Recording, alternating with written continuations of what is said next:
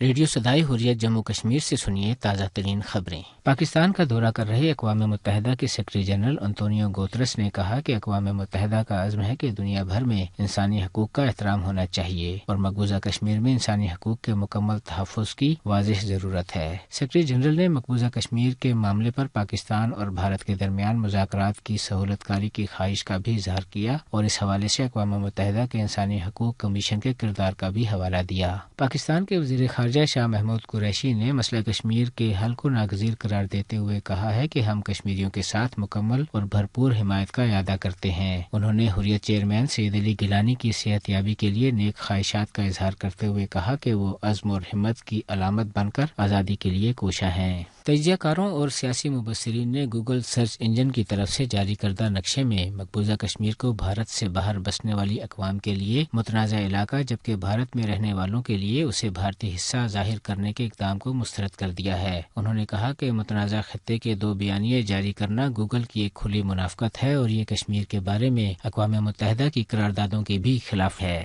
بھارتی پولیس نے آج ضلع بارہمولہ میں سینئر حریت رہنما غلام محمد خان سوپوری سمیت نصف درجن کے قریب حریت رہنماؤں اور کارکنوں کو گرفتار کر لیا ہے۔ بھارت کے متنازع شہریت قانون کے خلاف ممبئی میں ہزاروں افراد نے احتجاج کیا۔ اس کے ساتھ ہی خبریں ختم ہوئیں۔ ریاست جموں کشمیر کی متنازع حیثیت ایک ہمالیائی حقیقت ہے جسے بھارت کا جبر، اس کے جھوٹ کی مشین اور گوگل جیسے اداروں کی طرف سے اپنے نقشوں کی نمائش میں تضاد اور منافقت سے جھٹلایا نہیں جا سکتا۔ برہمن سامراج نے جابرانہ تسلط کو جواز بخشنے کے لیے 72 برسوں میں کیا کیا جتن نہ کیے، مگر آج تک وہ اسے اپنا بنانا تو دور اپنا ظاہر کرنے میں بھی ناکامی اور نامرادی سے دوچار ہے۔ اس کے برعکس جبر کی چادر میں چھپایا گیا کشمیر عالمی توجہ حاصل کر رہا اور بند زبانوں کا شور سنا جا رہا ہے۔ اسی حوالے سے وائس چیئرمین مسلم خواتین مرکز اور حریت کانفرنس آزاد کشمیر شاخ کے رہنما راجہ خادم حسین کہتے ہیں 5 اگست سے لے کر آج تک کشمیر عالمی دنیا کی توجہ حاصل کر چکا ہے اور جنوبی ایشیا خاص کر ہندوستان اور پاکستان کے درمیان کشیدگی کا سبب بنا ہوا ہے۔ حکومت پاکستان نے خارجہ محاذ پر مسئلہ کشمیر اور کشمیریوں کی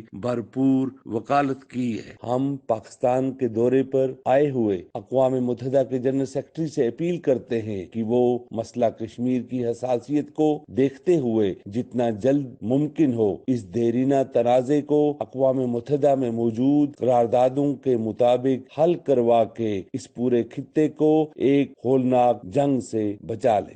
دنیا کو بالآخر مسئلہ کشمیر کے ساتھ جڑی تباہ کاریوں اور انسانی عالمیوں کا ادراک کر کے کشمیریوں کی امنگوں کا احترام کرتے ہوئے بھارت کو ان کا غصب شدہ حق آزادی واگزار کرانے پر مجبور کرنا ہی پڑے گا۔